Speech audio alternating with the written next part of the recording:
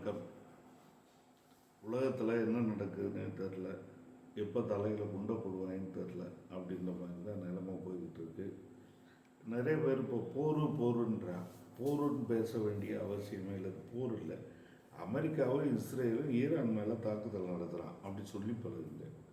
ஏன்னா நீதி நியாயம் செத்து போகக்கூடாது, ஒவ்வொரு வார்த்தையிலையும் கவனம் வேணும். என்ன நடக்குது, ட்ரம்ப்பு அவன் மேலே குழந்தைகளை ரேப் பண்ண கேஸு, அமெரிக்காவே சேர்ந்து அவனை அடித்து கொள்ளாத வரை இவ்வளோ பிரச்சனை இருக்கும்போது மொத்தமாக திசை திருப்ப இருக்கும். அதே மாதிரி ஈரான்ற ஒரு நாடு, அது அயோத்துல்லா கமேனி, அவர் 89 ஆட்சிக்கு வந்தவர், 35 வருஷம் ஒரு கிழட்டு சிங்கமாக நின்ற இந்த அமெரிக்காவுக்கு அடிபணிய மாட்டேன் ஆட்சி புரியறதுனால அவரை குடும்பத்தோடு அவர் அலுவலகம் வீடு மேலே குண்டப்பட்டு கொண்டிருக்கு. அப்போ இதனால் இது போர் இல்லை, இது அமெரிக்காவும் இஸ்ரேலும் உலகத்தில் பெரிய ரவுடியாகவும் கொள்ளைக்காரர்களாகவும் அதிகாரத்தை உலகம் முழுக்க ஆட்டுவிக்கக்கூடிய ஒரு சக்தியாகவும் நாங்களை காமிச்சுக்கிறதுக்காக செய்கிற வேலை. அதனால் இது போர் இல்லை, ஈரான் மீதான தாக்குதல்.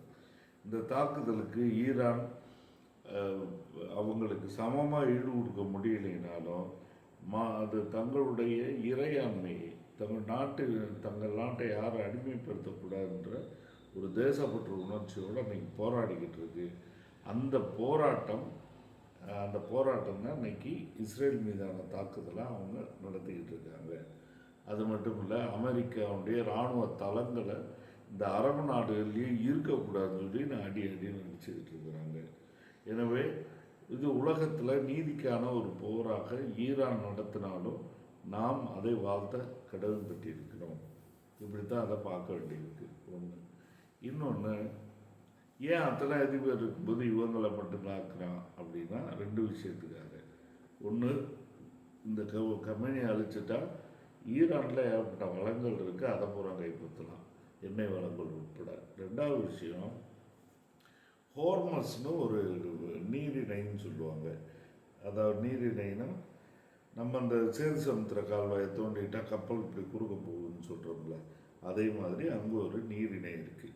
அது வழியாக தான் உலகத்தில் 30% ஆயில் பிஸ்னஸ் நடக்குது. அதே மாதிரி சரக்கு போக்குவரத்து நடக்குது. இந்த அடிமை மன்னர்கள் இருக்காங்கல்ல, எம்சி அரசின் புலிகேசிகள், இந்த புலிகேசிகளினுடைய நாடுகளிலிருந்து அமெரிக்கா என்ன எடுத்தாங்கன்னா அதை போகிற இது வழியாக தான் அவன் அனுப்பணும். எது வரைக்கும் அனுப்ப முடியும்னா ஜப்பானு, சீனா, தென்கிழக்கு ஆசிய நாடுகள், இந்தியா, எல்லாத்துக்கும் அவன் தான் ரூட்டு, அனுப்புறதுக்கான ரூட்டு. அப்போ இதை பூரா ஈரான் நினச்சா எப்போ வேணால் கையில் எடுக்கலாம். அப்போ இவன் என்ன நினைக்கிறான், இப்படி ஒரு நாட்டிற்கு ஒரு நிலவியல் சாதகம் அமைஞ்சது, அது ஒரு இயற்கை.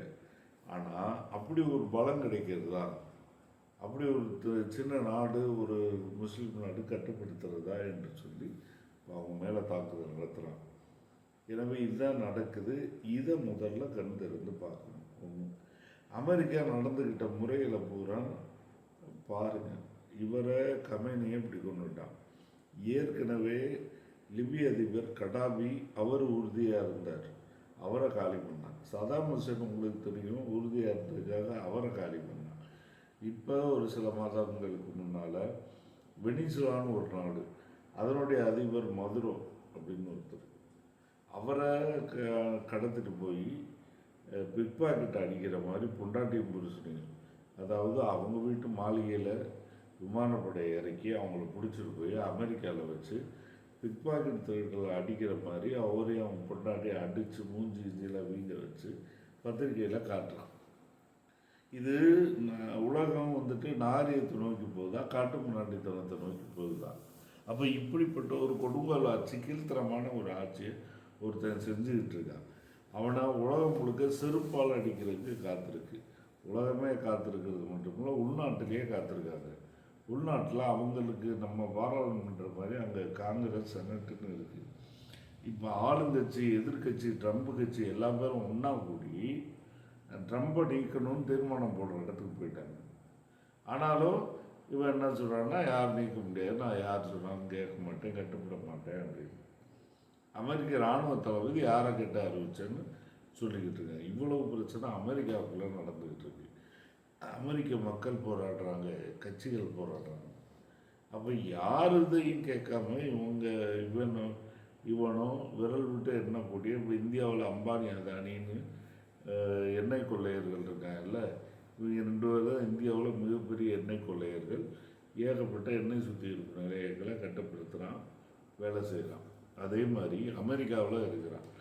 அவங்க கூடலாம் இவங்க கும்பல் சேர்ந்துக்கிட்டு செய்கிற அடாவடித்தனங்கள்லாம் இது போகிறான். எனவே இதெல்லாம் நம்ம இப்படி தெளிவாக கொஞ்சம் இந்த கதைகளை தெரிஞ்சுக்கிட்டோம்னா தான் உங்களுக்கு உலகத்தில் என்ன நடக்குதுன்னு தெரிஞ்சுக்கிறதுக்கு ஈஸியாக இருக்குன்றனால நமக்கு சொல்லணும். சரி, இது இப்போ இந்த ஈரான் இப்படியே சூழ்நிலை இருக்குமா அப்படின்னு சொன்னால் இது இப்படியே சூழ்நிலை இருக்காது.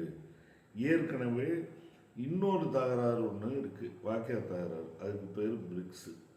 பிரிக்ஸுனா என்ன? பினா பிரேசில், ஆர்னா ரஷ்யா, ஐனா இந்தியா, சீனா சைனா, இது எஸ்ஸுனா சவுத் ஆப்பிரிக்கா.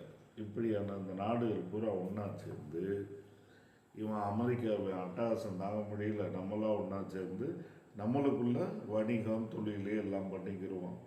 அவன் என்ன தூங்கி எந்திரிச்சா ஒரு அறிவிப்பு விடுறான், என்னமோ பண்ணுறான். அதனால அது எங்கள் ஊர் திருப்பூர் வரைக்கும் பாதிக்கப்படுதுன்ட்டுலாம் மோடி திடீர்னு அந்த பக்கம் போனார் போன மாதம் வரைக்கும். அந்த நாடுகள்லாம் ஒன்றா சேர்ந்து அமெரிக்க டாலரில் இனிமேல் பிஸ்னஸ் பண்ண வேணாம், நம்மளுக்குள்ளேயே ஒரு டாலரை உருவாக்கிக்கிடுவோம், அது வரைக்கும் தங்கத்துலேயும் அவங்க நாணயத்துலேயும் பிஸ்னஸ் பண்ணணும்னு ஒரு முடிவு எடுத்தாங்க. இதை எடுத்தாங்கல்ல, இதை எடுத்ததில் ஈரானும் ஒரு முக்கியமான நாடு, வெனிசுலா ஒரு முக்கியமான நாடு. அதனால் முதல்ல வெனிசுலா மேலே கையை வச்சான், ஈரான் மேலே கையை வைக்கிறான். அடுத்து இந்தியா சரண்டர் ஆகிட்டார் நம்மால் போய். என்ன, அவன் நமக்கு எதிரான ஒரு ஒப்பந்தத்தை போட்டு வச்சிருக்கிறான்.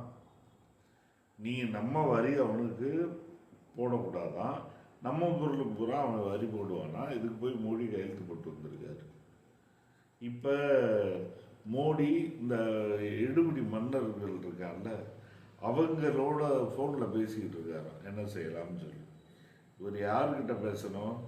உண்மையிலேயே ஒரு இறையாண்மையை நம்மளை பாதுகாப்பார், இந்தியர்களை பூரா பாதுகாப்பார், இந்திய நாட்டை பாதுகாப்பார்னா எவன் இறையாண்மைக்காக உறுதியானு போராடுறான்னா அவன்கிட்ட படம் போட்டு பேசணும்.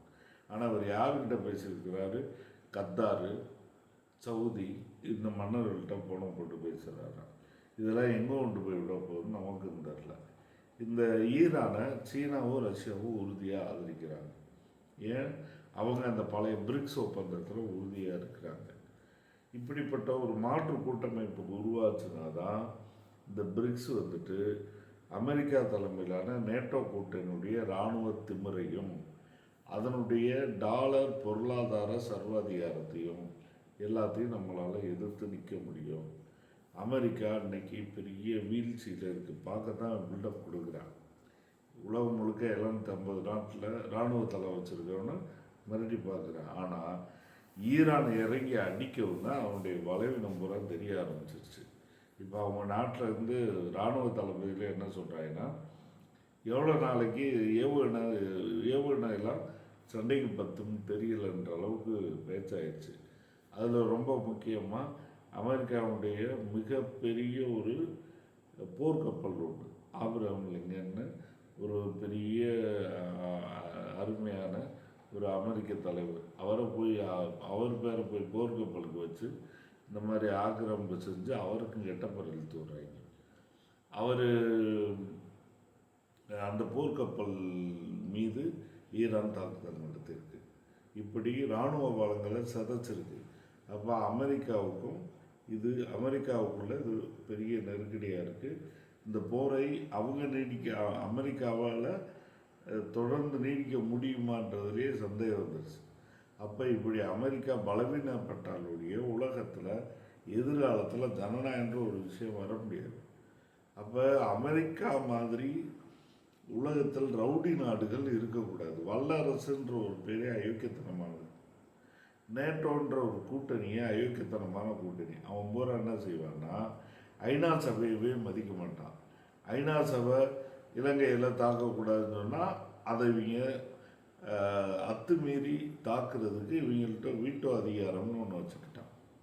அது என்னென்னா, ஐநா சபையே ஒரு உத்தரவு போட்டாலும் உலகத்தில் 200 நாடுகள் சேர்ந்து ஒரு முடிவு எடுத்தாலும் அதை நாங்கள் ஏற்றுக்க மாட்டோம்னு சொல்லிட்டு எந்த நாட்டுக்கு மேலேயும் இவங்க தாக்குதல் நடத்துகிறாங்க. இப்படியெல்லாம் மோசமான ரவுடித்தனமான சிஸ்டம் வச்சுருக்காங்க. அப்போ அதுக்கு எதிராக பிரிக்ஸ் மாதிரி கூட்டமைப்பு உருவாகிறது நல்லது. அப்போ இந்த பிரிக்ஸ் கூட்டமைப்பு உருவாகக்கூடாது. ஈரானுடைய இறையாண்மை பாதுகாத்தது ஒரு குற்றம். கமேனி 35 வருஷமாக அவங்க நாட்டை உறுதியாக பிடிச்சு நின்னது ஒரு குற்றம். இதுக்கு அவரை கொண்டிருக்கான். இது நாளைக்கு நமக்கு நடக்காது என்பதற்கு என்ன நிச்சயம்? நம்ம நாட்டினுடைய வளங்களையோ நிலத்தையோ விட்டு கொடுக்க மாட்டேன்னு ஒன்று சொன்னால், உறுதியாக இருந்தோம்னு சொன்னால், நம்ம தலையில் உண்டப்பட மாட்டான்றதுக்கு என்ன உத்தரவாதம்? அதனால் நம்ம என்ன முடிவு எடுக்கிறது, இந்த பிரச்சனைகளை எப்படி பார்க்குறதுன்றதுக்கு உங்களுக்கு சில ஐடியா கொடுத்துருக்கோம். அந்த மாதிரி யோசிங்க, பாருங்கள் அப்படின்றது தான் நம்முடைய இது. தினமும் இன்னைக்கு போர் செய்தி என்பது அன்றாட செய்தி ஆகிப்போச்சு. இனிமேல் நாம் கொஞ்சம் விழிப்போடு இருந்து உலக அரசியலை கவனிக்க வேண்டிய அவசியம் இருக்குது. எங்கேயோ நடக்குதுன்னு அசால்ட்டாக இருக்காதீங்க. அந்த ஹோர்மஸ் நீரிணைன்னு சொன்னோம் இல்லையா, அது பிளாக் பண்ணி வச்சுருக்கு இன்றைக்கி ஈரான். இந்த பிளாக்கை தொடர்ந்துச்சுன்னா இந்தியாவுக்கு வரக்கூடிய எண்ணெய் சப்ளை பூரா தடையாகும், விலையேறத்தான் செய்யும். அது மட்டும் இல்லை, நம்ம மோடி போன மாதம் வரைக்கும் ரஷ்யாட்ட போய் எண்ணெய் வாங்கிட்டு இருந்தார். ட்ரம்ப்பு மிரட்டின உடனே ரஷ்யாட்ட எண்ணெய் வாங்குறத குறைச்சிக்கிட்டார். இவர் மோடிகிட்ட வாங்குறேன்னு ஒப்பந்தம் போட்டிருக்கார். இப்படியெல்லாம் இருக்கிறனால இந்தியாவில் எண்ணெய் விலை உயர்வதற்கு வாய்ப்பு மிக மிக அதிகம். அதனால் நம்முடைய சொந்த பிரச்சனையாக இருக்குது. எண்ணெய் விலை உயர்ந்தால் எல்லாமே விலை உயரும். உலக போருக்கு நாமளும் விலை கொடுக்க வேண்டி வரும். அதனால் செய்திகளை கவனிங்க. நானும் தொடர்ந்து முடிஞ்ச அளவு உங்களுக்கான செய்திகளை தொடர்ந்து சொல்கிறதுக்கு முயற்சி பண்ணுறேன். நன்றி. இந்த மாதிரி வீடியோவை நீங்கள் நாலேஜோட பார்க்கணும்னா லெஃப்ட் தமிழ் சேனலை சப்ஸ்கிரைப் பண்ணி லைக் பண்ணி பெல் ஐகானை தட்டி விட்டுருங்க. தேங்க்யூ.